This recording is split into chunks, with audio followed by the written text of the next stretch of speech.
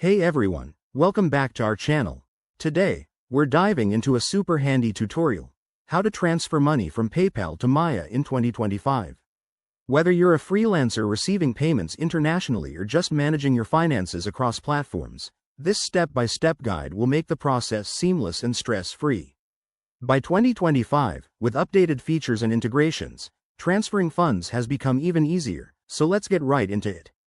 First things first, make sure you have both a PayPal account and a Maya account set up.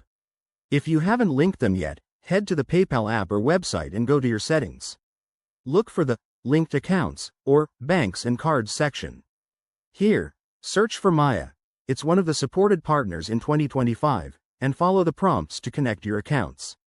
This might involve verifying your identity or entering your Maya login details for security. Once linked, open your PayPal dashboard and navigate to the Wallet or Transfer Funds option. Select Withdraw or Transfer to Bank and choose Maya from the list of available destinations. Enter the amount you want to transfer, double-check the currency exchange rates if you're dealing with international funds, and review any fees involved. Remember, these can vary based on your location. Next, confirm the transfer details. You'll be prompted to enter a PIN or use biometric verification for added security.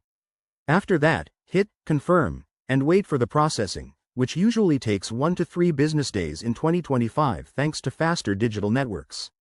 Keep an eye on your Maya app for notifications. Once it arrives, you'll see the funds in your account. A quick tip: always check for the latest updates on PayPal and Maya's websites, as policies might change. And if you run into any issues, their customer support is top-notch now. There you have it. That's how you transfer money from PayPal to Maya in 2025.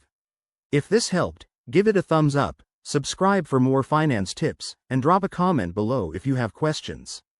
Thanks for watching, and see you in the next video.